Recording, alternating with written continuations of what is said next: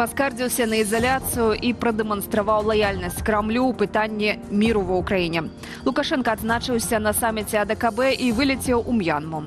Сімвол нацыянальнага супраціву і прагі да незалежнасці. У Дзень герояў згадваем слуцкі збройны чын. Аукцыён за капейкі ўлады зноў распрадаюць гісторыка-культурныя каштоўнасці, чаму ахвочых набыць бракуе. Пра гэта і не толькі ў сённяшнім выданні «Аб'ектыву». З вами Юлія Лабанова. Вітаю і запрашаю.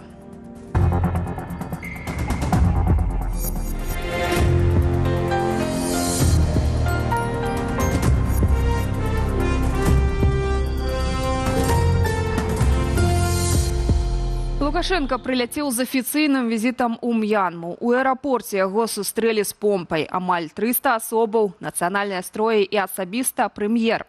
Перад гэтым дыктатар адзначыўся ў Бішкеку, дзе даволі фармальна прайшоў саміт АДКБ. Арганізацыі значэнне і неабходнасць, якой у сваіх выступах спрабавалі знайсці яе чальцы. Толькі Александр Лукашенко пужаў усіх новай вайной і распавядаў пра мілітарызацыю НАТО. Што адбывалася ў Бішкеку, распавядзе Антон Бяздольны. У кіргізскай сталіцы Бішкеку завяршыўся саміт АДКБ. Пасля ўчорашняй нефармальнай часткі з анімацыяй і забавамі для ўдзельнікаў сённяшні дзень прысвяцілі фармальным сустрэчам у вузкім і пашыраным складах. У абодвух узяў удзел Лукашенко. У сваім выступе ён гаварыў пераважна пра мілітарызацыю краінаў Еўропы і рыхтаванне заходніх краінаў да вайны. Обстановка похожа как на осажденную крепость, в которой сегодня живет Беларусь. Совокупные расходы стран НАТО на оборону в текущем 2025 году составят порядка 1 триллиона 600 миллиардов долларов США. Паводле вынікаў саміту Расія пераняла старшынаванне ў АДКБ на наступны год і паабяцала пераўзброіць краіны-партнёры узбраеннем, якое паказала эфектыўнасць у рэальных баявых дзеяннях. Ось і все, і тому все саміты фармальныя, все саміты дзяжурныя, рытуальныя, агульныя словы, асноўны лейтматыў. Выступоўцы даказвалі, як патрэбная, як важная гэтая арганізацыя. Ну, калі даводзіцца даказваць важнасць і запатрабаванасць арганізацыі, то гэта ўжо само па сабе кажа. Па-за афіцыйнымі мерапрыемствамі Лукашенко гаварыў найперш пра перамовы ў справе замірэння Украіны і Расіі. Учора падчас перамоваў з Пуціным прапановаў Менск у якасці пляцоўкі. Сёння ў размовах з журналістамі крытыкаваў змест мірнага плану ЗША і пагражаў Уладзіміру Зеленскаму. Ты потеряешь страну. Ну, если правда, что говорят, там где-то раньше, где-то еще что-то прикупили, конечно, ты найдешь место для жизни. Твоей жизни, твоих детей, Лены, там, жены и так далее. Найдешь, и даже для своих родителей. А что будут делать украинцы, миллионы человек? Поэтому подумай, исходя из реальной обстановки, как сохранить то, что у тебя есть. А у тебя есть все, и выход к морю, и Одесса твоя, и Николаев. А этого может не быть. Пры гэтым, паводле кіраўніка Беларусі, менавіта еўрапейцы супраціўляюцца замірэнню і хочуць працягу вайны ва ўкраіне. Тут раптам з'явіўся мірны план, яго ўсе абмяркоўваюць, Еўропа абмяркоўвае, а пра Лукашенко ніхто не ўзгадвае. Ён як бы тут застаўся на некай наабочыне. А ён жа ўвесь час сказаў, што ніякіх перамоў не павінна быць без нашага ўдзелу. Мілітарысцкую рыторыку працягнулі і вайсковыя чыноўнікі Беларусі. На палях саміту кіраўнік Рады бяспекі Беларусі Александр Вальфовіч распавёў пра планы правесці з Лукашэнкам нарады пра штучны інтэлект у вайсковай сферы і анансаваў стварэнне кібервойскаў у складзе ўзброеных сілаў. Таксама ён запэўніў, што пастаўкі ракетаў «Арэшнік» у Беларусь Расія выканае ў тэрмін. Антон Бяздольны, Белсат. Пакуль жа ваенны хаўрус з Расіі прыносіць толькі небяспеку. Жыхары Гомля днямі бачылі ў небе над другім па велічыні горадам Беларусі падобны да шахеда дрон. Пра гэта паведаміла выданне «Флагшток».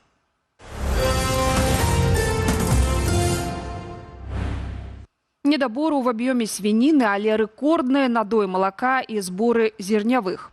З акцэнтам на сельскую гаспадарку дэпутаты Палаты прадстаўнікоў і чальцы Савету Рэспублікі задавалі пытанні прадстаўнікам ураду. У такой форме чыноўнікі падсумоўваюць гэты год і малююць напалеонаўскія планы на наступную пяцігодку. Ці рэалістычныя, высвятляла Юлія Цяльпук.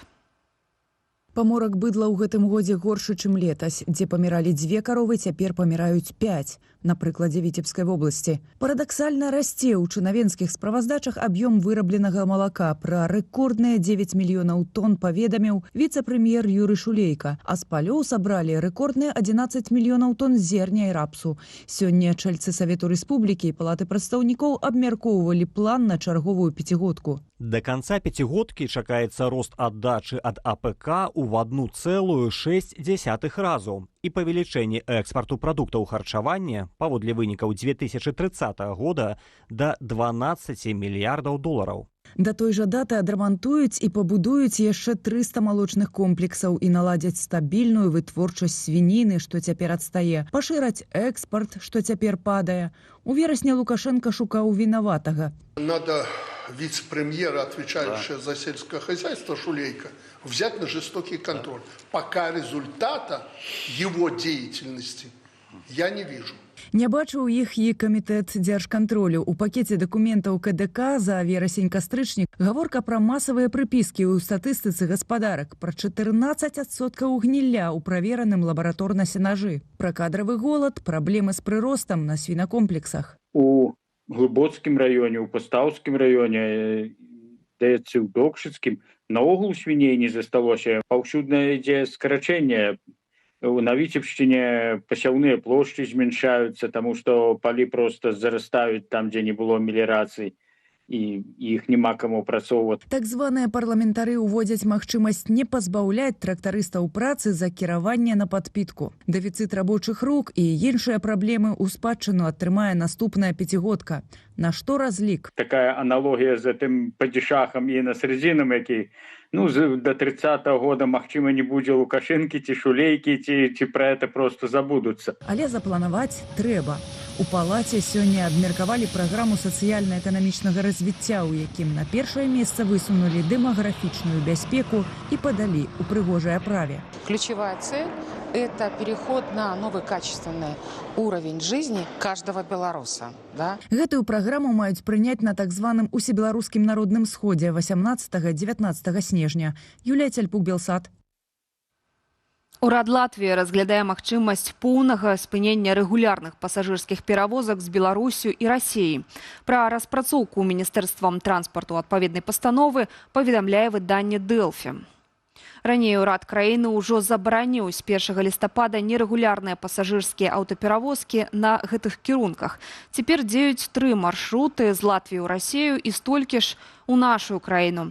Акрамя таго, улады Латвіі разглядаюць магчымасць дэмантажу чыгуначных каляінаў, што вядуць да мяжы з краінай-агрэсаркай. Застаемся ў замежжы. Радыацыйны фон у зоне былой Ігналінскай АЭС у Літве застаецца ў норме. Выкідаў у навакольнае асяроддзе не зафіксавана. Пра гэта паведамілі ў дэпартаменце пажарнай бяспекі і ратавальных аперацыяў Прыму з Літвы, каментуючы нядаўні пажар на тэрыторыі закрытай станцыі. Адсутнасць перавышэння радыацыйнага фону пацвердзілі і ў беларускім міністэрстве надзвычайных сітуацыяў. Пажар на тэрыторыі комплексу для працы з радыеактыўнымі адкідамі адбыўся яшчэ 25 лістапада. Агонь узнік у будынку высокага класу бяспекі, адкуль эвакуявалі 9 чалавек. Пажарным удалося патушыць полымя менш чым за 3 гадзіны. На тэрыторыі АЭС будуць праведзеныя далейшыя замеры лакальных змяненняў радыяцыйнага стану. Ігналінскую АЭС на возеры Дрысвяты на літоўска-беларускай мяжы закрылі ў канцы 2009 года. Цяпер яе тэрыторыя выкарыстоўваецца для захоўвання і апрацоўвання радыеактыўных адкідаў. Літва афіцыйна далучылася да стварэння спецыяльнага трыбуналу па расследаванні ваенных злачынстваў супраць Украіны і такім чынам стала першай дзяржавай пасля ўласна самой Украіны, якая ўвайшла ў склад заснавальнікаў кіроўнага камітэту. Трыбунал мае расследаваць дзеянне найвышэйшага палітычнага і вайсковага кіраўніцтва Расіі і Беларусі ў кантэксце агрэсіі супраць Украіны.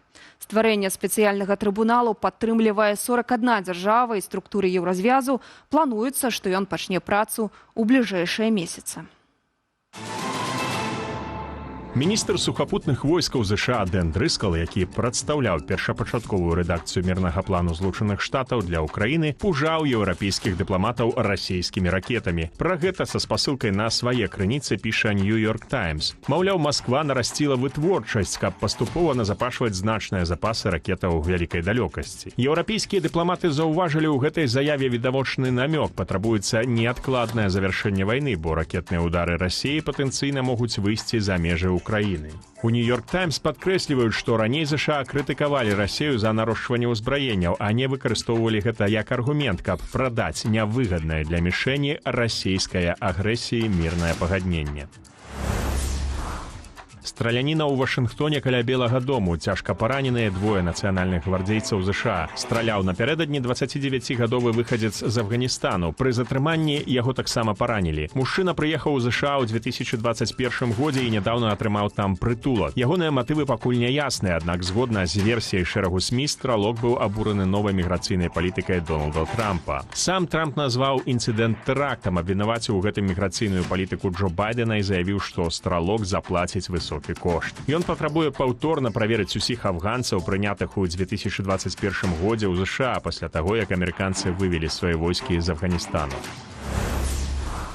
У Гонконгу другі дзень спрабуюць патушыць маштабны пажар у жылым комплексе ў раёне Тайпо. Вядома, ўжо сама меней пра 55 загінулых, амаль 300 чалавек лічацца зніклымі. Агнём амаль цалкам знішчана 7 з 8 31-павярховых дамоў. Усяго ў комплексе жыло каля 4800 чалавек. Тых, хто застаўся без жытла, змясцілі ў часовыя цэнтры. Пажар хутка распаўсюдзіўся праз матэрыялы, што выкарыстоўваліся пры капітальным рамонце. Затрымалі 3 працаўнікоў будаўнічай кампаніі, ім інкрымінуюць нядбальства і ненаўмыснае забойства. Следства мяркуе, што абсталяванне і матэрыялы не адпавядалі нормам бяспекі. Папа Рымскі Леў XIV здзяйсняе свой першы замежны візіт спачатку ў Турцыю, пасля ў Ліван. Гэта краіны, дзе хрысціяне калісьці складалі значную частку насельніцтва, але цяпер сталі меншасцю. У Турцыі Леў XIV наведае Анкару, Стамбул і Ізнік, месца першай Нікейскай рады сусветнага сабору хрысціянства, што адбыўся 1700 гадоў таму. Гэты візіт важны ў тым ліку як жэст да мусульманскага свету ў кантэксце міжканфесійнага суіснавання, узаемапавагі і адкрытасці.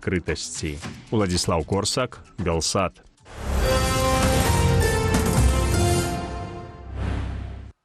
Вяртаемся ў Беларусь. У Менску міліцыя затрымала 14-гадовага школьніка, які вынес з кватэры сваёй знаёмай сямейнае ашчаджэнне больш як на 100 000 еўраў. Мы обнаружили только что у нас пропала сумма денег дома. У нас на выходных не было дома, к дочке приходили друзья. Как выяснилось, подросток совершил кражу в 2 этапа. Впервые был приглашен в квартиру еще в сентябре текущего года на вечеринку, которую организовала дочь хозяина. Улучив момент, фигурант проник в спальню, где похитил из прикроватной тумбочки около 19 000 долларов. Пропажу тогда никто не заметил. В ноябре подросток вновь был приглашен на вечеринку. Действуя по той же схеме, он проник в комнату и вынес значительно более крупную сумму – порядка 80 000 евро. Только после этого хозяева обнаружили общую пропажу. Разменьваць валюту школьнік прасіў паўналетніх знаёмых. Грошы траціў на дарагія рэчы, у прыватнасці на брэндавае адзенне. Бацькам тлумачыў, што рэчы пазычаў у аднакласнікаў. Міліцыянтам удалося вярнуць пацярпелай сям'і толькі 22 000 еўраў. Супраць школьніка завялі крымінальную справу за крадзеж у асабліва буйным памеры. Падлетку пагражае цяпер да 12 гадоў турмы, бо адказнасць паводле гэтага крымінальнага артыкулу прадугледжвае пакаранне менавіта з 14 гадоў. Сёння гадавіна слуцкага збройнага чыну. З нагоды Дня герояў старшыня рада БНР Івонка Сурвіла узнагародзіла беларускіх добраахвотнікаў у складзе збройных сілаў Украіны ордэнамі пагоні, у тым ліку пасмяротна. 105 гадоў таму ў гэты дзень нашыя продкі распачалі збройную барацьбу супраць савецкай улады у абароны беларускай дзяржаўнасці і незалежнасці. Пасля рыскага замірэння ў кастрычніку 1920-го Беларусь падзялілі паміж Польшчай ды савецкай Расіяй, а Случчына аказалася нейтральнай тэрыторыяй. Менавіта там пачалі збірацца патрыёты, якія прагнулі незалежнасці краіны. У войска Беларускай Народнай Рэспублікі запісаліся 10 000 чалавек, але толькі палова з іх была ўзброеная. 27 лістапада слуцкая брыгада распачала наступ на бальшавікоў. Беларусы змагаліся больш за месяц, але калі Чырвоная армія кінула на фронт новых мабілізаваных, паўстанцы мусілі адступіць на тэрыторыю, кантраляваную палякамі, дзе былі абяззброеныя ды інтэрнаваныя. Чым унікальны збройны чын? Упершыню беларусы паўсталі менавіта з ідэі абароны дзяржаўнасці беларускай. Ён мае як вялікае значэнне як гістарычнае, так я бы сказаў і нацыянальна-творчае, таму што для нас, беларусаў як для нацыі, вельмі важны прыклады, у тым ліку і прыклады натхнення, змагання уласна за сваю будучыню, за тое, што нашае. Мураванку Храптовіча ў руін гаспадарчых пабудоваў 18-19 стагоддзя ў Шчорсах, што на Гарадзеншчыне, ізноў выставілі на аўкцыён. Стартавая цана ўсяго 84 рублі. Чаму ж, нягледзячы на невялікі кошт, набываць гістарычныя пабудовы не спяшаюцца? Марыя Сысой. 84 рублі ці дзве базавыя. Просяць на беларускай універсальнай таварнай біржы за мураванку Храптовічаў. Першы раз прадаць яе спрабавалі ўлетку за амаль 90 000 долараў у эквіваленце. Тады ніхто не зарэгістраваўся на гандляванні, як і цяпер. Што праўда, заяўкі яшчэ прымаюць. Великий объект, он зараз разброблен, их собрать его в руках водных для реставрации, это было, наверное, самая правильная задача. Ось, ці буде она виконана в теперішніх економічних, політичних обставинах, я не впевнений. Ось, бо це вельми великий комплекс, вельми шиковний, і він виглядає просто як один з перлінів того часу. Днямі не адбыўся і аўкцыён для продажу маёнтку Падароск, пабудовы 18 стагоддзя, што таксама на Гарадзеншчыне. За аб'ект прасілі 600 000 долараў. 12 гадоў таму маёнтак купіў бізнесовец Павел Падкарытаў за 120 000 долараў пад турыстычны комплекс. У праект ён уклаў яшчэ каля мільёна. Аднак афіцыйна за зрыў тэрмінаў рэканструкцыі на кіраўніцтва маёнтку Падароск завялі крымінальную справу, а маёнтак адабралі. Абсолютно політичне рішення було про расторжение умов этой домовы. Можно поглядеть, что на момент, когда мы уже фактично закончили, скажем, проектование в 2023 году, или у нас выполнено было 70% проектования всего комплекса, вот тогда отбылись проблемы, когда суд одобрал частково у Павла Падкарытова. Эксперты, з якімі мы паразмаўлялі, лічаць, што умовы продажу несправядлівыя. Няма сапраўднага права ўласнасці, толькі арэнда на 50 гадоў. Нерухомасць жа могуць проста адабраць, калі новы гаспадар зрывае тэрміны рэканструкцыі і рэстаўрацыі. Ведаеце, тут трэба не наказваць людзей за тое, што яны пакупаюць аб'ект гісторыка-культурнай спадчыны, а стымуляваць. Трэба ўносіць праўкі, па-першае, у кодэкс аб культуры. То бок, напрыклад, у якасці прапановы можа быць такая налогавыя, падаткавыя паслабленні для тых, хто купляе аб'ект гісторыка-культурнай спадчыны. Цяпер на сайце беларускай універсальнай таварнай біржы чакаюць продажу яшчэ 6 гісторыка-культурных каштоўнасцяў, 5 з іх усяго за одну базавую. А вось толькі некалькі гістарычных помнікаў, што ўжо мелі шанец, але пакуль не атрымалі другое жыццё. Сядзіба Катлубаяў пад Баранавічамі выкупілі ў 2014-м, планавалі музей. Станам на гэты год працаў так і не пачалі. Слонімская сінагога купілі ў 2020-м, вярнулі гораду, прадалі зноў за одну базавую летась.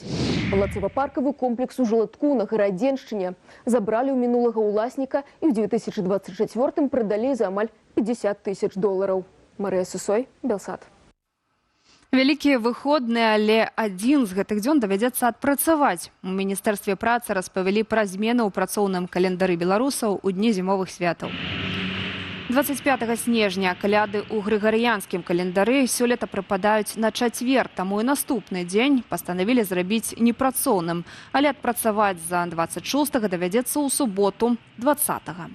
2026 год таксама пачнецца з доўгіх выходных. 1 і 2 студзеня выпадаюць на чацвер і пятніцу. Такім чынам нас ізноў чакаюць 4 выходныя запар. Пасля 2 працоўныя дні ізноў выходныя. 7 студзеня каляды ў юліянскім календары. Жыхары Салігорску сталі сведкамі незвычайнай прыроднай з'явы. Учора раніцаю горад ахутаў шчыльны туман ярка-ружовага колеру. Сацыяльныя сеткі запоўніліся здымкамі і меркаваннямі пра магчымыя прычыны анамаліі.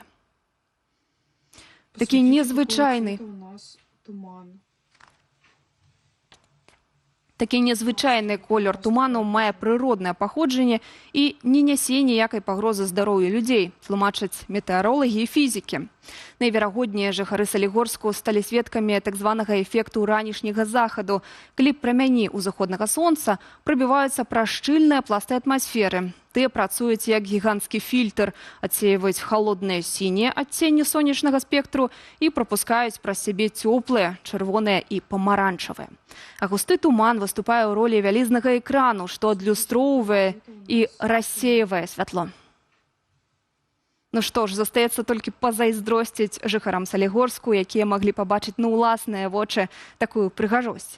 А на гэтым аб'ектыве ставім кропку. Больш актуальную інфармацыю ў нашым тэлеграме. Наведаць яго можна праз QR-код, які вы бачыце на экране.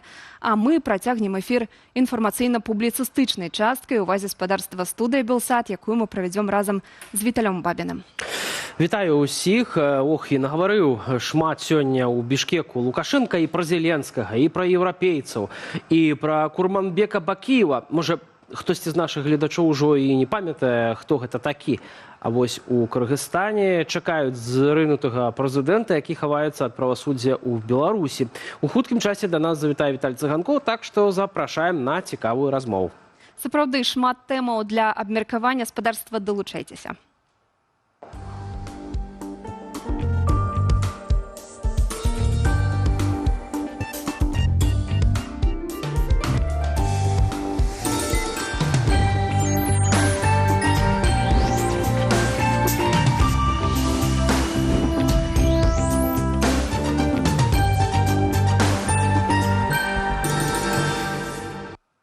Жывы эфір, Віталь Бабін, Юлія Лабанова. Сёння, канешне ж, таксама традыцыйна задаемся апытаннем на нашым YouTube-канале «Белсат Ньюс», і апытанне ананімнае, так што можна бяспечна галасаваць. А пытаемся мы... Апытаемся мы, крышачку пазней вам падкажу. Сёння будзем распавядаць пра АДКБ, саміт АДКБ, і пыталіся мы, уласна, ці патрэбна Беларусі быць там. Падрабязней глядзіце, калі ласка, у трансляцыі YouTube. Там жа вы знайдзеце інструкцыю, як глядзець нас і падтрымліваць бяспечна. Будзем рады вашым каментарам, таксама падабайкам. Прымайце удзел.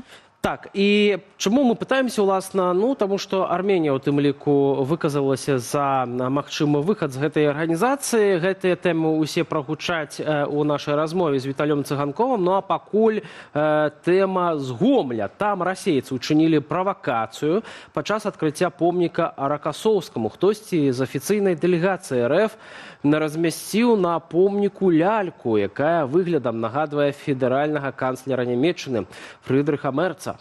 Мясцовыя СМІ і чыноўнікі нават не звярнулі на гэта ўвагі, але госць мерапрыемства, памочнік прэзідэнта Расіі Владзімір Мядзінскі, растлумачыў сутнасць акцыі. У сваім тэлеграм-канале ідэолаг рускага міра і старшыня расійскага вайскова-гістарычнага таварыства Владзімір Мядзінскі апублікаваў ляльку буйным планам і так патлумачыў яе з'яўленне на помніку Ракасоўскаму. Нехта з творчай групы захацеў нагадаць Фрыдрыху Мерцу пра бяслаўны канец ягонага папярэдніка. У кожным жарце ёсць доля жарту. Як бачна на фота, лялька была пастаўленая на выступ з надпісам «Адольф». Таму можна лічыць, што Мядзінскі называе папярэднікам Мерца Адольфа Гітлера. Для расійскай прапаганды называць сучасных нямецкіх чыноўнікаў спадкаемцамі нацыстаў зрабілася нормаю. Гэта адбываецца ў адказ на моцнае падтрыманне Нямецчынай Украіны. Выглядае на тое, што лялька была неабходнай расійскай дэлегацыі толькі дзеля фота, бо на пазнейшых кадрах з адкрыцця помніку на ім ужо не было ніякай лялькі. Ініцыятарам і спонсарам усталявання ў Гомлі помніка маршалу Савецкага Саюзу Константіну Ракасоўскаму быў менавіты расійскі бок. Каб паставіць гэты помнік, у цэнтры Гомля высеклі сквер. З'яўленне помніка Ракасоўскаму было прысвечанае 82-й гадавіне вызвалення Гомля ад нямецкай акупацыі. Таксама незвычайным на свяце быў вайсковы парад, а яшчэ вялікі банер з георгіеўскай стужкай, якая лічыцца сімвалам расійскай вайсковай агрэсіі.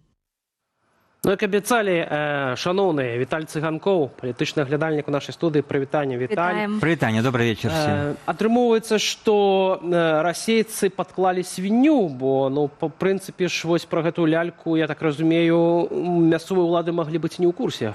Я думаю, безумоўна, яны не былі ў курсе, але расейцы ў дадзеным выпадку, такі чалавек, ён даволі рэзкі, непамяркоўны, Медзінскі, ён, ну, хацеў паказаць, хто ў хаце гаспадар, што мы зробім, што хочам, и разумеем, что, может быть, вам эта провокация не сподобается с лялькой премьера, канцлера Німеччыны, вось, але нам плевать, так сказать, на вашу реакцию.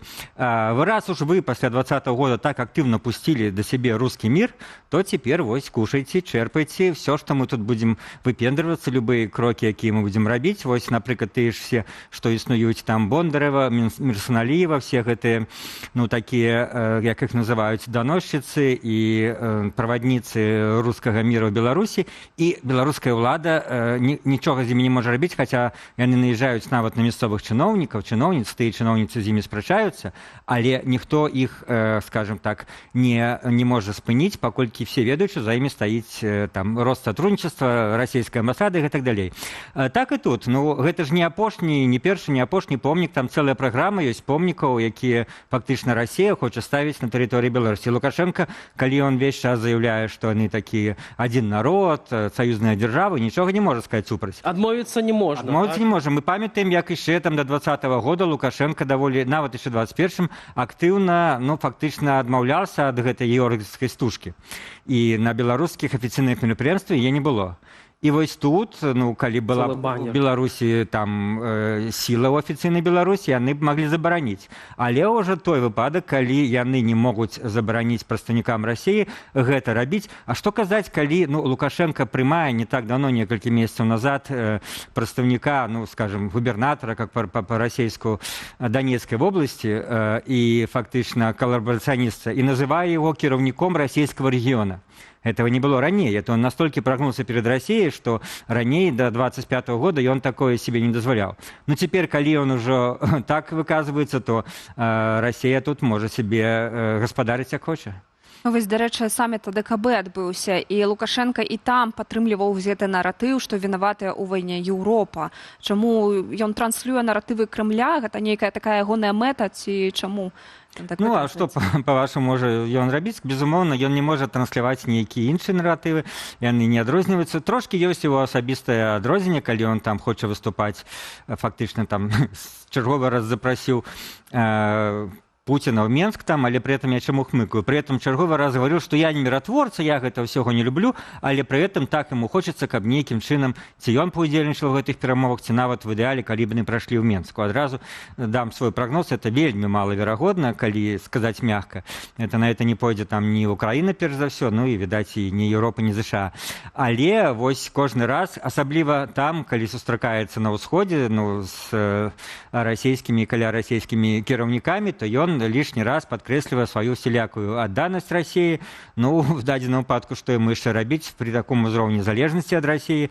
Вярнуўшыся дадому, там, в інтэрв'ю нейкім амерыканцам, ці, может быть, в гэтых сустрэчах з амерыканцамі за зачыненымі дзвярымі ён, может быть, гаворыць зусім іншае. Ну, але каля Путина, при Путине на тэрыторыі, так сказать, альбо России, альбо постсоветских краінаў, на тэрыторыі ДКБ, конечно, мы будем максимально падтрымліваць то, что мы называем прарасійскія наратывы. Ну, і зрэшты, пра перамовы яшчэ крышачку мы пазней паразмаўляем. Канешне, гэта малаверагодна, а пакуль давайте паслухаем выказванне Лукашэнкі ў Бішкеку адносна Владимира Зеленскага і адносна прыняцця плану Дональда Трампа, які ўжо абмяркоўваем другі тыдзень. Калі ласка, і вернемся, каб абмеркаваць гэта. Ну, оставьте на потом, ну, прекратите войну, где гибнут не твои дети, где гибнут чужие дети. Вот в чем главная проблема того же Зеленского. Гибнут другие люди. Это надо иметь в виду. И самое главное, ты потеряешь страну. Ну, если правда, что говорят там, где-то раньше, где-то еще что-то прикупили, конечно, ты найдешь место для жизни. Твоей жизни, твоих детей, Лены, там, жены и так далее. Найдешь, и даже для своих родителей. А что будут делать украинцы, миллионы человек? Поэтому подумай, исходя из реальной обстановки, как сохранить то, что у тебя есть. А у тебя есть все, и выход к морю, и Одесса твоя, и Николаев. А этого может не быть в один миг, в одно мгновение. Поэтому надо все взвесить и принять взвешенное решение. И Трамп тут прав, когда он поджимает одну и другую сторону. Чаму Лукашенко лічыць, што Владимир Зеленскі абавязкова мае пакінуць у будучым Украіну, калі, напрыклад, Расія будзе наступаць, нават тэарэтычна, калі мы дапусцім такі сцэнар.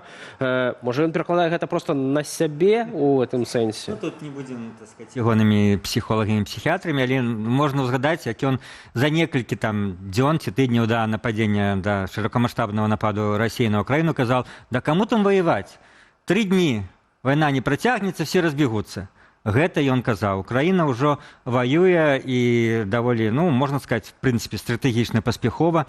Вось ужо 3 гады, і пры этом, так сказаць, Расія захапіла там 1% тэрыторыі, там некалькі раённых цэнтраў за все гэтыя 3 гады. Так што ён, зноў-такі, улічваючы то, где ён гаворыць, ён прасоўвае гэтыя прапуцінскія наратывы. Давайте пагаджайцеся на расійскіх умовах, а то вам будзе горш, а то вы страціце краіну. Гэта даволі даўно гаворыцца, з іншага боку, што ім яшчэ казаць, калі ён такі безадмоўны саюзнік Пуціна. Але тут ён хіба што упершыню закрануў пытанне сям'і Владимира Зеленскага, ён указаў на ягоных дзяцей і на жонку у тым ліку. Лішні раз на нешта націснуць. Я думаю, менш за ўсё, калі Зеленскі прымае нейкія рашэнні, украінскае кіраўніцтва, менш за ўсё яно заклапочана тым, што сказаў Лукашенко. Ім ёсць каго слухаць. Часамі яны вельмі рэзка рэагуюць у тым ліку. Рэагаваць трэба. Ёсць людзі, якім належыць рэагаваць, ясна, адрэагаваць трэба, але я маю на ўвазе, да якіх прыслухоўвацца аргументаў, то это будзе Еўропа, гэта будзе Амерыка, нават яны будуць думаць, што гаворыць Расія. Лукашенко ў дадзеным выпадку, скажем так, на апошнім месцы. Это як, ведаеце, можа не зусім па тэміну, як савецкі час анекдоты, калі Брежнев был, ён такі пісаў там кнігі «Малая земля» про то, якую вялікую роль он адыграў падчас Вялікай Адчыннай вайны. Ён был палкоўнікам. Нават стварыўся анекдот, калі Сталін там з маршаламі, з Ракасоўскім, там з Жукавым нешта прыдумляе і раптам робіць паузу. А трэба спытаць палкоўніка Брежнева, што скажа палкоўнік Брежнев. Вот прыблізна Лукашенко зараз в такой же ролі маленького... прочитать эту книжку? Да, маленького так вот бухторщика, маленького такого сябра Путина, які то, што нават Путин, лишний раз не то, што не рызыкуе, не лічыць па сваім стылі, не лічыць патрэбным казаць, гэта скажа Лукашенко. Я калісьці напісаў пра гэта, што Лукашенко выконвае ролю прэс-сакратара Путина лепш, чым Пескоў. Яго такая роля. Так, але разам з тым гэта выхад па-за межы дыпламатычнага этыкету, згадвання гэта таксама для яго, скажем, прывычнае дело. І яшчэ варта адзначыць, што гэтыя інтэрв'ю былі каментары даны пракрамлёўскім медыям, то бок ці сапраўды ён хацеў, каб яго пачулі ва ўкраіне, пачулі на захадзе, ці это рыторыка для ўнутранага спажыўца, для расейцаў, для беларусаў? Перш за ўсё гэта для галоўнага расейца. Глядзіце, якія ўзорны. Не думаю, что там вот что-то у меня там с американцами, там, ці, может быть, с украинцами, ці, с поляками. Не-не-не. Я вот приехал, я показываю, якія аддадзены России.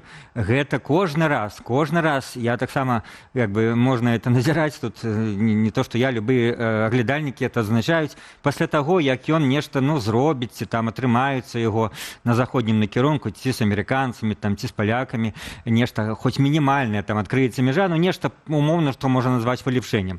После гэтага ён альбо в інтэрв'ю расійскім СМІ, альбо на тэрыторыі Расіі адразу празмерна аж нагаворыць нешта такое прарасійскае, каб, не дай Боже, Путін не падумаў, што ён там нешта кудысьці пераабуваецца, ці там здраджвае. Ён лішні раз, так сказаць, гэтую позу прымае, такую падначаленую, і паказвае, што ён падначалены. Так, і вот он падчас акурат учорашніх перамоў з Владимиром Путіным казаў, што апраўдваўся перад Путіным за кантакты з еўрапейцамі, з амерыканцамі. Кажа, я адзін раз ім сказаў, што не лезьце, мы браты, маўляў, і яны больш гэтага не робяць.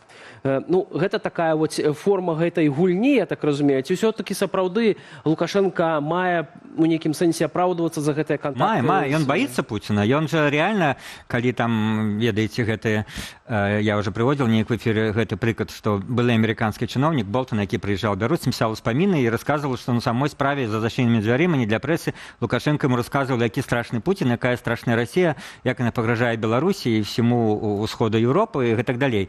И я думаю, ён-то якраз посылаўся на тое, что я ведаю Путина давно и ведаю, что за человек. И ведаючи, что гэта за человек, Лукашенко перед ім весь час павінен оправдываться, весь час, каб у того нават ніякага зерня не ўзнікла подозрения, что Лукашенко готовы кудысьці перакульнуцца, пераабуцца и так далей. Это страх, так, это страх, безумоўна. Калі мы закранули тему США, чакаюцца перамовы вялікія па вызваленні палітзняволеных, але чамусьці яны зацягваюцца, у чым могуць быць складанасці? Ну, пакуль, значыць, не прыйшлі да нейкага моманту, таксама, на нейкае пагадненне таксама, но былі вось тут і працягваюць, як высвятляецца, праблемы з заходнімі суседзямі Беларусі, калі з Польшчай, ну, на дадзены момант нешта больш-менш развязалася і вырашылася, то з Літвой як бы працягваецца. На гэтым фоне амерыканцам не вельмі хочацца прыязджаць, я думаю, каб это не было ўспрынята, ну, тымі ж там заходнімі суседзямі Беларусі, як нейкая форма падтрымкі Лукашэнкі. Вось калі тут все будзе больш-менш спакойна, не в момант адчыненага канфлікту, які все-таки з Літвой яшчэ в пэўным сэнсе працягваецца. Пакуль этот момант працягваецца, то амерыканцы не могуць прыехаць. Ну, плюс, калі ўжо сказалі і прадстаўнікі офіса Ціхановскай і, так сказать, амерыканскі бок, што рыхтуецца, ну, даволі вялікая лічба вызвалення палітзняволеных. Нават пра 100 ўжо гаворыцца, сапраўды, 50 было 100, то гэта, ну, тым большая лічба, тым больш складанасці. Это канкрэтныя спісы, это, відаць, узгадненне ідуць па кожным прозвішчы. Вось, это ведуць таксама узгадненне, што, магчыма, не все з гэтых людзей ўжо згаджаюцца на то, што мы называем дэпартацыю. Многія хочуць застацца ў Беларусі, гэта новыя складанасці ўзніклі.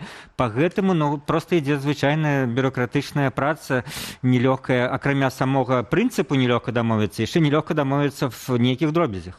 Віталь, давайте яшчэ вернемся у Бішкек. Уласна, там, адказваючы на пытанне журналістаў пра дачыненне Беларусі і Кыргызстану, Лукашенко згадаў пра блога кіргізскага кіраўніка і палітычнага уцекача Курманбека Бакиева. Давайте послушаем. У нас очень близкие, добрые отношения с Кыргызстаном. И Бакиев тоже хорошо живет, нормально. Мы его к вам не отпустим уже. Я ему сказал, никаких поездок, хватит. Живи в Беларуси, нормально живет. Я иногда бываю у него в гостях, когда приглашает. Так что мы его вам не отдадим. То есть у него все хорошо? Да, он очень страдает и скучает по стране. Все мне говорит, вот хотел бы хоть на могилу приехать к отцу. Но это безобразие, что кыргызы не могут позволить своему президенту приехать на могилу отца. Я думаю, мы решим этот вопрос с нынешним руководством Кыргызстана. Вельмі цынічна гучыць, нават у дачыненні сотняў беларусаў, тысячаў беларусаў, якія знаходзяцца за межамі. Напрыклад, я таксама не магу наведаць магілу свайго бацькі, ты не можаш наведаць магілу сваёй маці. А тут, калі ласка, мы дамовімся з кіраўніцтвам Кыргызстана. Ввогуле, чаму он пра яго згадаў, пра гэтага? Ну, там журналисты подняли его, явно ему это не было его инициативой. А журналисты, видать, з Кыргызстана, для якіх это, ну, балючае пытанне. Ну, але в дадзеным выпадку Лукашенко трэба даць належнае, і он, ну, пацвердзіў, што ось, как бы мы с Кыргызстаном, с теперешним кіраўніцтвам не сябравалі, а вот Бакиева мы не отдадим. Гэта такі, ну, скажем, крок, які паказвае, што, ну, калі аддаць, то это значыць, ну, скажем, порушить свои всякие словы, там, обязательства и перед Бакиевым, магчыма, и перед Россией.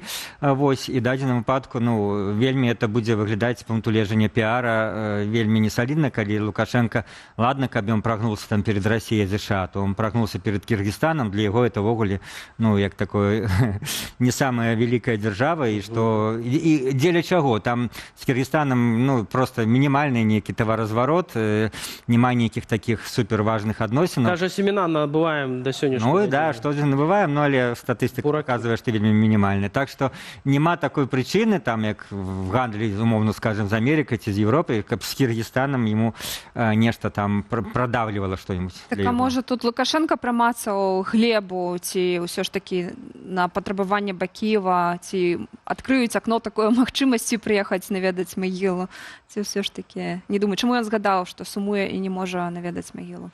Ну, ён перакінуў, ведаеце, такі рытарычны ход, яму даюць папрок, чаму вы не даеце бакі, бо ён в адказ дае папрок гэтым журналістам, тых, хто спыталіся, а чаму вы не дазваляеце ему прыехаць? Ну, відаць, бакі вычакае там крымінальная справа. Але, можа быць, нейкія пазакулісныя былі размовы, што дазволім ему прыехаць і не быць арыштаваным. Пра гэта мы не можам ведаць. Цалкам магчыма, але, ну, паўтаруся, для Лукашэнкі это не такое, можа быць, важнае пытанне, як для Кіргізстана, але, ну, ён тут вот перакінуў гэты рытарычны ход, і каб выступіць такім гуманным чалавекам, што ён вот не аддае чалавека, якому можа пасадзіць. Вот эта гуманнасць праяўляецца да Бакіева, а не праяўляецца да тых тысяч беларусаў, якія сапраўды маюць крыміналкі, якія не могуць прыехаць на сваю радзіму. Вот гэта его не шчолкнула в галаве. Так, абсолютно. Зрэшты, калі мы кажам вось пра гэтую паездку Лукашэнкі у Кыргызстан і у Бішкек на саміт АДКБ, самае цікавае у небеларускай павестцы гэта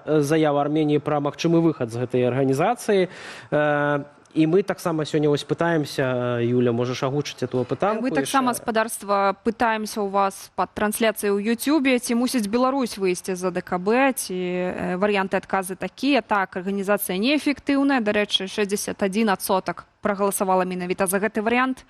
Другі варыянт, не, мы мусім заставацца чальцом, і трэці, цяжка адказаць. Ну, тут все зразумела. Мой был бы вариант так, не глядячы на тое, наколькі она эффективная, паколькі гэта арганізацыя, гэта сфера ўплыву России, это прарасійская арганізацыя. Нават калі бы она была суперэффективная, трэба з ёй выходзіць, паколькі Беларусі, на мою думку, трэба браць як мінімум праеўрапейскія арыенціры. Уж можна пытанне, ці выходзіць там, ці не выходзіць Еўросоюз, але ва ўсялякам разе выходзіць з усіх гэтых прарасійскіх структур, асабліва на фоне того, якая цяперашняя Россия агрэсіўная дыктатарская дзяржава. Так, ну, але вось таксама адметна, што нягледзячы на гэты дэмарш Арменіі, сцягі прысутнічаюць, чаму іншыя чальцы нібыта не заўважаюць праблемы? Ну, тому что, ну, по-перше, не так это просто будет, долгая процедура будет выходу, ну, але Армения, ясно, уже после того конфликту вокруг Карабаха, коли, умовно скажем, ну, фактично была такая мини-война, нагадаем нашим глядачам, и Азербайджан, ну, скажем так, отвоевал Карабах, который был спрэчнай территорией, теперь уже является цалкам азербайджанской территорией. В этот момент Армении никто не допомог с АДКБ. Нават не выявил такого ожидания, прежде за все, Россия. И, безумоўна, Армении на что застаецца, як это можно... Ну, это все равно, коли там весь час приводить прыклад там, другой сусветной войны, коли там... А Япония вошла там в антигитлеровскую коалицию. Что мы такое? Ну, карацей, коли АДКБ ничем не допомог, а она вот допомагала ее ворогам, ну, Азербайджану в том выпадку, то Армения не бачыць ніякого для себе сенсу и находится в этой организации. Давайте еще вернемся до пытання перамоваў магчымых. Агрэсары не могуць быць пасярэднікамі. Гэтак Лукашенко выказаўся пра магчымасць правядзення мірных перамоваў паміж Москвой и Киевом у Менску. Давайте послухаем. Не люблю никакого посредничества. Какой я буду посредник? Мы же агрессоры, Владимир Владимирович. Вы же слышите, все согласны вести переговоры в Беларуси, сотрудничать с Беларусью, кроме Володи Зеленского. Я в чем ему насолил так? Поэтому я не стремлюсь к этому. Но я уже рассказал, если это надо, это самый оптимальный момент.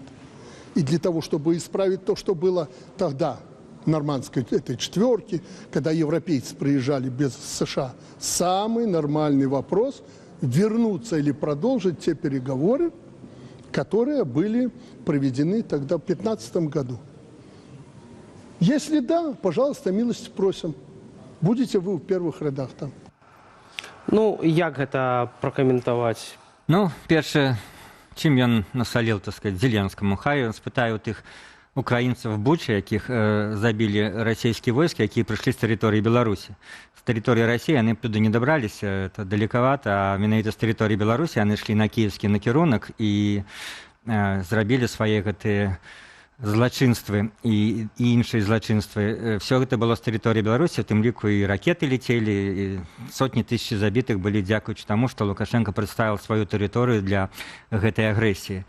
Што тычыцца перамоваў, ну, таксама зноў-такі рытарычны ход Лукашэнкі, ён любіў там «я дыктатар», вось называюць, вот, «я суагрэсар». І «я дыктатар», «я суагрэсар». Маўляў, гэтым он как бы абнулівае все абвінавачванні свой бок. Ну да, згодны. Ну, от этого, што ён сам себе назваў, от этого его статус не зменіцца. Да, ён соагрэсар, з-за этого ніхто не прыедзе ў Мінск.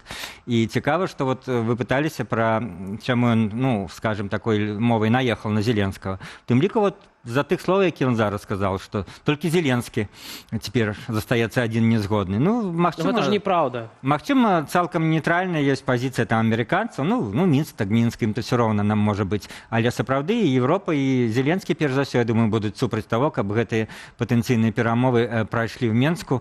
Таму ён і зліцца. Ну, а яшчэ ён зліцца, што ўсё тут ідуць нейкія працэсы, ідуць нейкія, абмяркоўваюцца розныя дакументы, амерыканскія, еўрапейскія. Пра Лукашэнку ўсе забылі пра яго існаванне. І ён нервуецца за Ён-то думае, да, што ён такі вялікі дзеяч міжнароднага ўзроўню. Вось, павінны, так сказать, ак таго, што скажет палковнік Брежнев. А у палковніка Лукашенко ніхто нічого не пытаецца. Што ён думае пра вайну, пра замірэнне? Не пытаюцца прапагандысты абсалютна. запыталіся? Ну да, прапагандысты запыталіся, каб ён сказаў, што я падтрымліваю план Пуціна. Вось, вот вся его роля. План Пуціна, Трампа. Застаецца толькі прыгадваць сапраўды 15-й год і нармандскую чацвёрку, дзе Лукашенко выглядаў. Ну, зорны час, і мы сапраўды ёсць што згадаць. Ён памале зараз, ну, нагадаем гледачам нашым, это немагчыма, бо тады, калі Расія вырвалась на Донбас і аннексировала Крым, то 15-й год Мінску было магчыма, бо Беларусь мела зусім іншую пазіцыю. Она не падтрымала Расію так уж адкрыта. Она не прызнала гэту анексію, яна не прызнала захоп этих тэрыторый, ну, чыста юрыдычна. Вось. І толькі па гэтай прычыне сталі магчымы перамовы на тэрыторыі Беларусі ў Мінску. Цяпер, калі сапраўды Лукашенко прымае гэтага, да, кіраўніка новага расійскага рэгіёна, як ён выразіўся, пра гэтага данецкага губернатара, і калі ён ва ўсім падтрымлівае Расію, ва ўсім галасаваннях і так далей, ну то які ён можа быць нейтральнай тэрыторыі? Хапае там Турцыя, Саудаўская Аравія, што заўгодна, Швейцарыі, альтэрнатыву, скажем, больш прывабных для ўсіх перамоўшчыкаў. Тым часам ёсць меркаванне, што Еўропа вельмі асцерагаецца будучыні і таго, што Расія можа ў будучым таксама зрабіцца агрэсарам і ў бок краінаў НАТО. Расія нарошчвае творчасць ракетаў, што дазваляе ёй біць не толькі па тэрыторыі Украіны, але і далей. Гэткі наратыў выкарыстаў амерыканскі перамоўнік Дэн Дрыскал, каб упэўніць еўрапейскіх палітыкаў хутчэй пагадзіцца на мірны план для Украіны. Паводле выдання «Нью-Йорк Таймс», сустрэча міністра войска ЗША і новага перамоўніка ў справе Украіны Дэна Дрыскала з еўрапейскімі чыноўнікамі адбылася ў Кіеве на мінулым тыдні. У інтэрв'ю выданню прадстаўнікі еўрапейскай дэлегацыі на ўмовах ананімнасці адзначылі, што іх уразілі словы Дрыскала.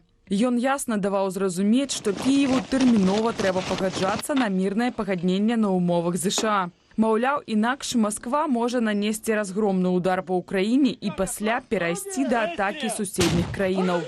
Еўрапейскія чыноўнікі не сумняюцца, што Расія нарошчвае вайсковую магутнасць. Гэту інфармацыю пацвярджае і ўкраінская выведка, і незалежныя эксперты.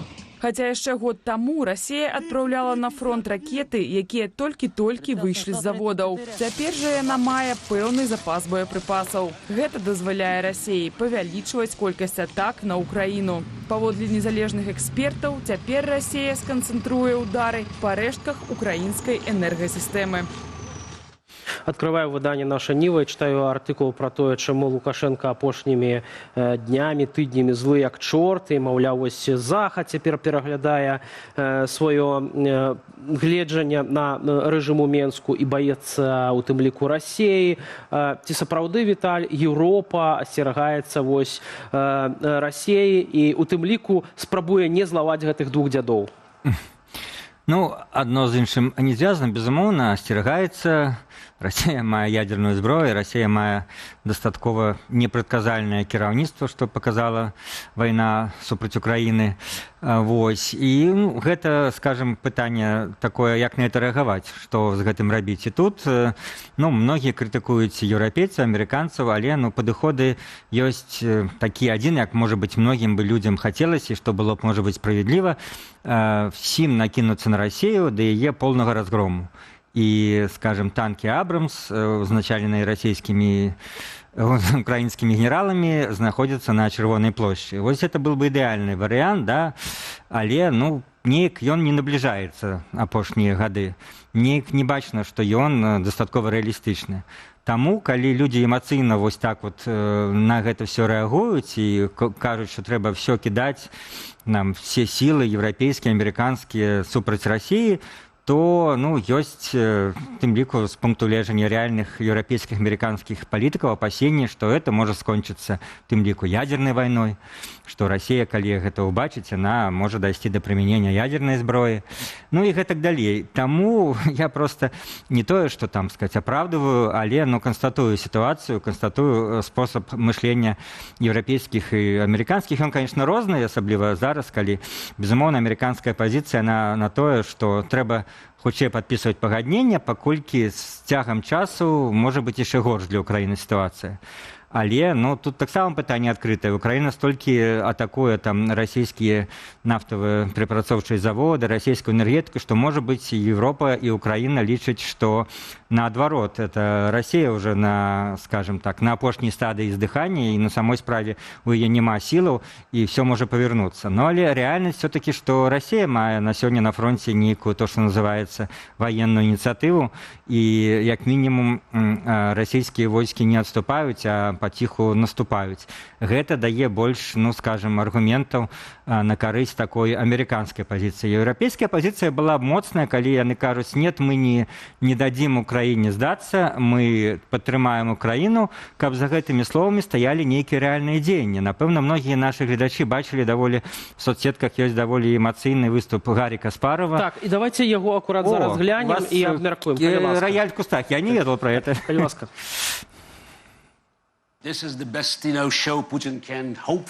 Тое, што тут адбываецца, гэта шоу, пра якое Пуцін і не мог марыць. Ніводнага простага адказу. Пытанне наогул не ў колькасці зброі, што у вас ёсць. Пытанне ў тым, ці гатовыя вы ваяваць і паміраць. У нас ёсць канадская брыгада ў Латвіі. Але які загад у гэтай брыгады? Калі расейцы пяройдуць мяжу, гэтая брыгада будзе страляць? Мы ведаем адказ. Гэта будуць тыдні перамоваў. Я тут дагэтуль не пачуў яснага адказу на пытанне. Я не разумею, як увогуле можна усур'ёз абмяркоўваць план, складзены бізнес-партнёрам Трампа. Гэта рыэлтарская угода, цынічная схема для узбагачэння сям'і Трампа коштам продажу Украіны. Як увогуле мы можам казаць, што Украіна мусіць дэмантаваць умацаванні, якія літаральна ратуюць Еўропу. А мы тут адзначаем натаўскае. НАТО сёння – гэта фікцыя. НАТО не існуе. Гэта проста 4 літары. Адзіная прычына, з якой вы тут сядзіце спакойна і ладзіце сабе святы, гэта тое, што Украіна пралівае кроў штохвіліны. Калі б не Украіна, расійскія танкі ўжо стаялі б у Польшчы. Так я распачала же эту думку, то сапраўды вот даволі мне здаецца вельмі скажем арганічна гучаць гэтыя словы Гарі Каспарова, як шахматыста я его разумею, он чэмпіён свету па шахматах. Вось ён лагічна кажа, што вы все заяўляеце, што Украіна не павінна там здавацца, Украіна не павінна падпісваць гэтую ганебную там дамову, але што вы робіце для падтрымкі Украіны? Недастаткова робіце. Ён звяртаецца і да еўрапейцаў, і да амерыканцаў, у дадзеным выпадку ён іх змешал в одно, але рэальна кожны раз, калі паўстае пытанне пра мірнае пагадненне, Еўропа падтрымлівае думку, што нет, это кепскае пагадненне для Украіны, гэта неправільна, Украіна павінна працягваць змагацца. І нічым асабліва радыкальна лепш не дапамагае. Застаецца на нейкім зроўні, і па-ранейшаму нават амерыканскай дапамогі больш, што Трамп хоча змяніць, каб Еўропа закупляла ўжо амерыканскую зброю за еўрапейскія грошы. А уж не кажучы, кожны раз узнікае, там Макрон 100 разоў кажа про нейкія войскі на Украіне, кожны раз все заглыхае. Я могу даць прагноз, ніколі этого не будзе. Ніякія заходнія войскі не пойдуць ва Украіну. Это будуць все размовы. Это як памятаю першыя дні войны, у нас был эфир, я тады был ведущим, и, по-моему, это был Арестович, который сказал, что вот мы потребуем от заходніх партнеров, каб яны закрыли небо. Я кажу, этого не будзе. А ён был в шоку. І ён, может быть... Я не верыў тады. Не іншы был Арестович, тады мы памятаем, да? Ён, был таким оптимистом, але не знаю, что он думал внутри себе, но это было получало шоком, покольки все думали, что вот зараз, что там Европа предпримет. Нет, ніякого неба не было закрыто ни в 22-м, а зараз мы в 25-м живем. Таму вот гэта даволі горкая такая реальность, но Но з іншого боку, нема у європейських політиків ніякої підтримки серед своїх виборщиків, європейських громадств, що надто много все віддавати Україні. Каб за гэтага, альбо посилати своїх військ, і зовсім нема підтримки, і навіть великі гроші віддавати, на гэта так само, ну, скажем, підтримка не 100%, скажем, мягко.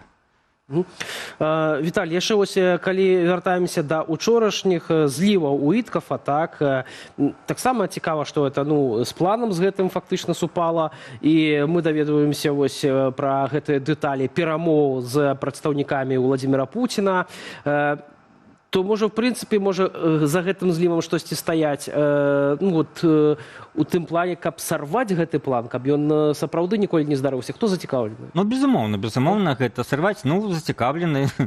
Я нават не ведаю, і ты, магчыма, скажем, людзі в амерыканскім кіраўніцтве, якія убачылі, што гэты план, вельмі ганебны, як не тільки для України, для самої США, для самих США. Вось. Може, так і було, скажем, задумано. Напишіть нейкі план, но ясно, що ми його приймати не будемо, паколькі, ми вже за гэты, хутка год можем звыкнуцца з нейкай манерай гульні Трампа, якая сыходзіць з яго кніжкі «Майстэрства угоды» «Art of Deal», якую мало хто чытал, і, можа быць, хто чытал бы, ён бы не здзіўляўся бы тым, як ён паводзіць. Ён паводзіць таксама, як в сваім бізнесе і в сваім шоу-бізнесе, ён паводзіць сёння таксама в палітыцы. Гэта наступ, гэта адыход, гэта мы памятаем, як ён вводзіў тарыфы, мы памятаем, як ён ледзь не збіраўся акупаваць там Гренландію і Канаду, все это, Панамскі канал, все гэта адышло, все гэта як спосаб націснуць, потым і дайсці. І тут, кожны раз, калі все паніка, все пропало, я думаю, боже мой, праз 2-3 дні все пыл сыдзе. Вы бачыце, што план этот ніхто не прыме, і просто з іроніяй назірала, як все яго абмяркоўваюць як нейкую здраду. Ніколі Амерыка такі план не падпіша, будзе зусім іншы. Я не магу сказаць канкрэтна в гэтых гульнях, хто там, сказаць, для чаго яго выставіў і хто яго зліў, але агульную, скажем, ацэнку з пункту гледжання асабістых праяваў Трампа можна такую даць. Вялікі дзякуй за гэтую грунтоўную размову. Спадарства нагадаю, што Віталій Цыганкоў, палітычны аглядальнік, быў у нашай студыі. Ну а далей мы даведаемся пра навіны рэгіёна ў нашай сталай рубрыцы, якую мы рыхтуем супольна з рэдакцыяй БГ Медыа. Жыхары Мар'інай горкі не могуць паспець за гарадскімі аўтобусамі, маўляў, тыя адыходзяць з прыпынкаў раней за пазначаны ў раскладзе час. Адзін такі прыклад у тык-току прывяла жыхарка мястэчка. Яшчэ шэраг прыкладаў з'явіўся ў каментарах пад ейным відэо. Я понимаю, что расхождение плюс-минус 3 минуты для вас допустимо, но расхождение в 5 минут – это уже перебор. Автобус, который едет на Индустрию, номер 7, сегодня утром, сегодня у нас какое число? 25 ноября, который должен ехать в 8:49, уехал в 8:44. И люди, которые стоят на остановке, которые пришли... Я думала, это автобус это едет, думала, он зря нагнала. И люди, которые пришли на этот автобус, просто тупо опаздывают теперь на работу. Спасибо большое. И это уже не в первый раз. Вадкасць жоўта-памаранчавага колеру цячэ з крана ў жыхароў аграгарадку Заронава Віцебскай вобласці. Пра праблему мясцовыя ўлады ведаюць, бо яшчэ ў красавіку 6 заронаўцаў былі на прыёме ў старшыні Віцебскага райвыканкаму Сергея Ягорова. Паводле мясцовай раёнкі чыноўнік даручыў санэпідэмслужбе рэгулярна браць пробы вады, а філіялу Віцебскі водаканал тэрмінова разобраться с ситуацией. Вот что люди мают на сегодня. Вот сегодня 9-11 агрогородок Заронова. 9 лет мы уже боремся с водой с нашей. Неделю были перебои с водой, то есть, то нету. Сутки не было воды вообще. Суббота-воскресенье, большие праздники. Люди с работы хотят помыться, постираться. Вот у нас такая вода. Сверху плавает мазут какой-то. Вот у нас сутки течет такая вода. Пожалуйста, я вам сейчас включу, чтобы вы не думали, что это голословно. Вот вода, которая у нас идет с крана. Сегодня 24 ноября. Вот результат всех наших обращений, всех наших публикаций и жалоб на грязную воду.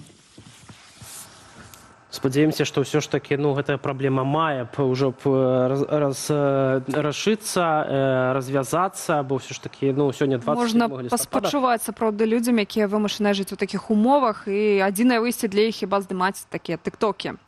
У нас яшчэ адна тэма у нашай рубрыцы «Навіны рэгіёнаў». 720 рублёў менавіта столькі складае заробак жывёлавода ў Берасцейскім раёне. Мужчына падзяліўся сваім разліковым лістом у тыктоку. Напэўна, ягоны боль усё ж такі дайшоў да кіраўніцтва, бо праз нейкі час мужчына выдаліў відэа з агульнага доступу. Такі заробак плацяць жывёлаводам у сельскагаспадарчым вытворчым управленні Даманова. Як заўважае мужчына, гэта сума з улікам начных зменаў, за якія налічваецца большая стаўка, чым за дзённыя. Паводле аўтара відэа, за год працы на прадпрыемстве ён так і не дачакаўся годнага заробку.